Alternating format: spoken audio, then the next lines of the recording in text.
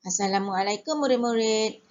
Berjumpa lagi kita hari ini untuk subjek sains. Okey. Kita sambung tajuk kita daripada minggu lepas. Masih lagi dalam unit 2, unit manusia.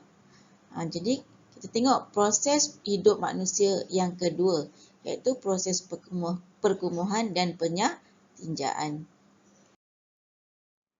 Apa dia proses perkumuhan?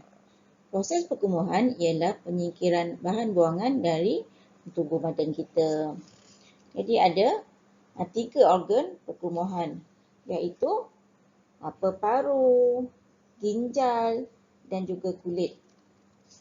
Jadi paru ni cara untuk keluarkan bahan kumuh dia, cara nak singkirkan bahan buangannya melalui proses pernafasan. Kita singkirkan karbon dioksida dan juga uap air.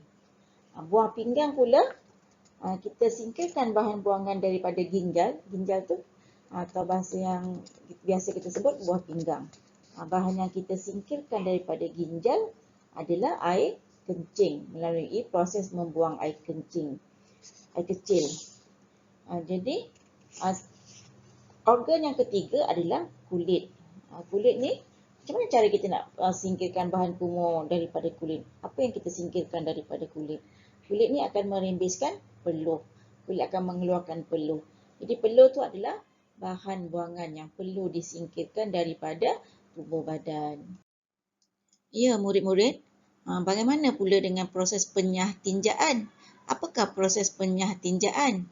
Jadi proses penyahtinjaan ialah proses penyingkiran sisa-sisa makanan melalui dubur. Jadi apakah tinja? Tinja tu apa? Jadi tinja adalah sisa makanan yang tidak tercerna semasa proses pencernaan.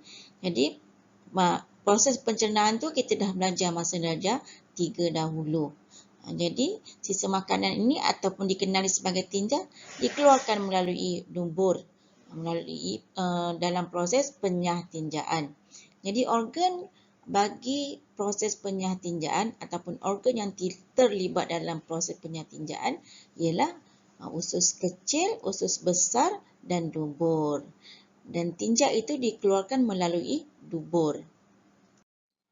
Hasil perkumuhan dan penyahtinjaan ini adalah bahan yang tidak berguna kepada tubuh badan manusia.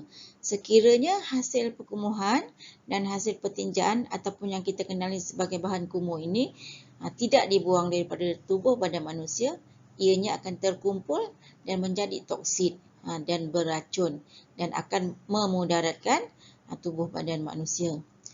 Okey, apa dia kesan sekiranya proses perkumuhan tidak berlaku?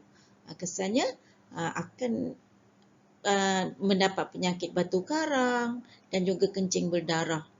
Manakala sekiranya proses penyahtinjaan tidak berlaku, maka kita akan dapat kanser usus. Kita akan dapat radang usus dan juga usus tersumbat. Ini adalah gambar rajah ginjal. Jadi ginjal ni fungsinya untuk menyingkirkan air kencing. Air kencing itu akan disimpan di dalam di pundi kencing sini. Okey. Jadi sekiranya air kencing ini tidak dikeluarkan, proses perkumuhan tidak berlaku, maka kita akan dapat kencing berdarah ataupun batu karang.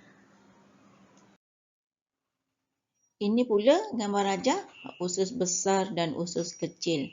Sekiranya proses penyahtinjaan tidak berlaku, maka akan berlaku kanser usus seperti gambar yang pertama ini. Okey.